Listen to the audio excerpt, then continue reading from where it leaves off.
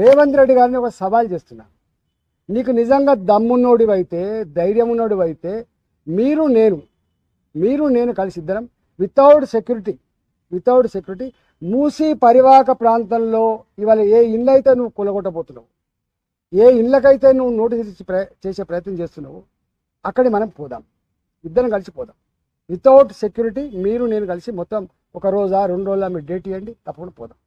రెండవది, ఇదే మూసీ ప్రక్షాళనలో భాగంగా పనిగిరి లాంటి కాలనీలు ఏవైతున్నాయో, చైతన్యపూర్ లాంటి కాలనీలు ఏవైతున్నాయో, వాళ్ళు ఏదైతే ఇలా కన్నీళ్ళు పెడుతున్నారో, ఒక గర్భిణీ స్త్రీ 9 నెలల గర్భిణీ స్త్రీ, ఆమెకు డెలివరీ డేట్ ఇవ్వాలో రేపో డ్యూ డేట్ ఉన్నదని చెప్పి ఆమె ఏడుస్తూ ఉంటే, నీవు కనుక ఇది ఖాళీ చేసి పోకపోతే నీకు డబుల్ బెడ్రూమ్ కూడా రాదని చెప్పి ఆమెను పోలీసులు బలవంతంగా నెట్టేస్తే, ఆమె అన్న మాట ఏంటంటే నీ డెలివరీ ఎక్కడ కావాలని చెప్పి కాలంలో పడితే నువ్వు కలకరించలేదు కదా.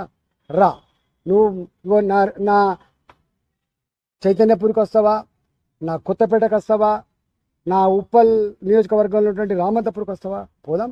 సెక్యూరిటీ లేకుండా రా.